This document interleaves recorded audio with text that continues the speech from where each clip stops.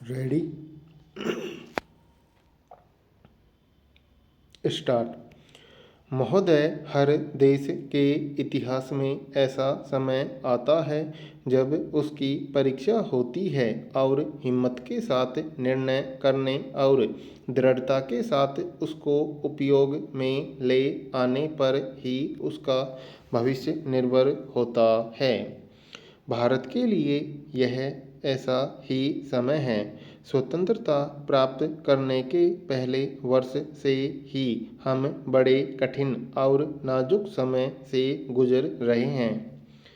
आज से कुछ महीने पहले जब मैंने इस पद का भार संभाला था तो मुझे पता था कि हमारे सामने कितनी भारी कठिनाइयाँ हैं और सूखे तथा अभाव के इन महीनों को पार करने के लिए और अर्थव्यवस्था को पुनः गतिशील बनाने के लिए कितने बड़े प्रयत्न और त्याग की जरूरत पड़ेगी।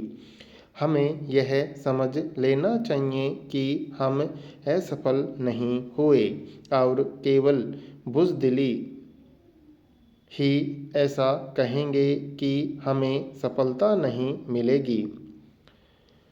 विकास के कार्यों को हम इस स्तर पर ले आए हैं जहां और अधिक उपलब्धि तथा लाभ प्राप्त किए जा सकते हैं। शक्ति के इस विशाल भंडार का हमें पूरा पूरा उपभोग करना है। फिर भी सब कुछ ठीक नहीं है।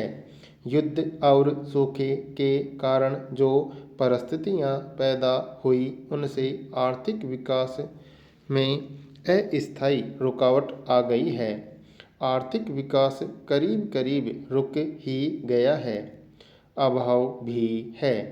विदेशी मुद्रा की आमदनी में कमी के कारण कारखानों की पैदावार पर बहुत असर पड़ा और मजदूरों की छटनी होने लगी।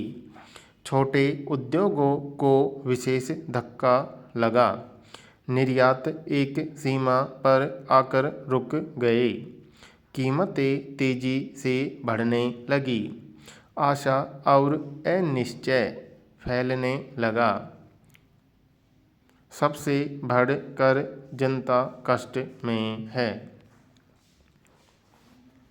स्थिति पर काबू पाने के लिए हमने कई कदम उठाए, परंतु ये प्रारंभिक कदम अधिक कारगर न हुए। इसलिए आर्थिक बीमारी को दूर करने के लिए कड़वी दवाई का इस्तेमाल आवश्यक हो गया।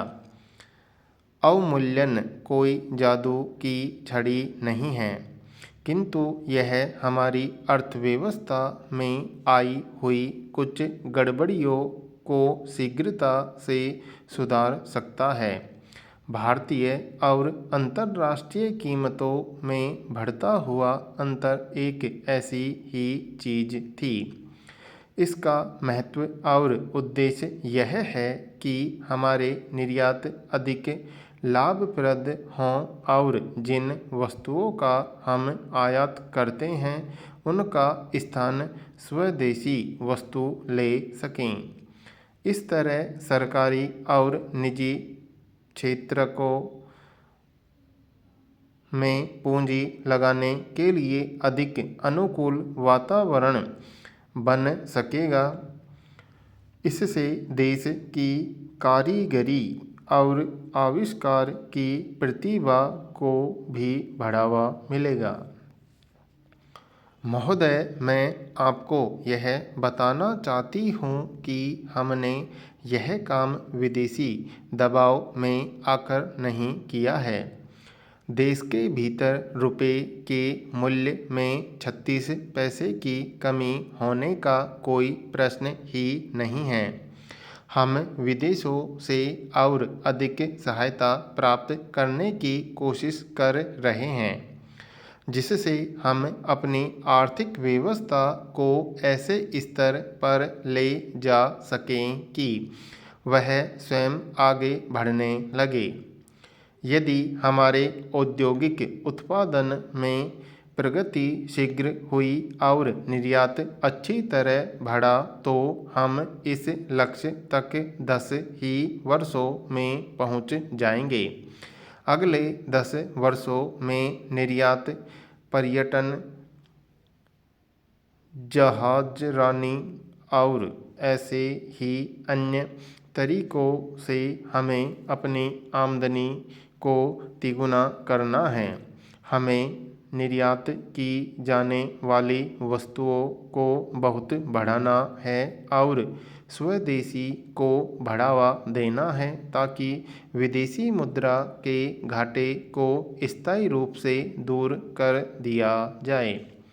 अवमूल्यन का पूरा लाभ उठाने के लिए यह आवश्यक है कि कीमतों को बढ़ने न दिया जाए। इसके साथ अन्य दिशाओं में भी कई कदम उठाने हैं, परंतु इस समय तो मुझे इस बात की चिंता है कि कीमतें जो पहले ही से बढ़ रही थीं, पिछले दिनों और भी बढ़ी हैं। जिन चीज़ों को बनाने में बाहर से आया हुआ सामान नहीं लगता, उनका दाम बढ़ने का तो कोई कारण ही नहीं है। समाज विरोधी कार्रवाइयों के खिलाफ अनिवार्य वस्तु अधिनियम के अंतर्गत सख्त से सख्त कदम उठाए जाएंगे। यदि ज़रूरत पड़ी तो शासन नए कानून बनाने के लिए भी तैयार रहेगा। सभी नागरिकों से, उपभोक्ताओं तथा उत्पादकों से मैं आग्रह करती हूँ कि दामों में वृद्धि न होने दें। मुझे बहुत से जिम्मेदार कारखानेदारों ने आश्वासन दिलाया है कि वे अपनी चीज़ों के दाम नहीं बढ़ने देंगे।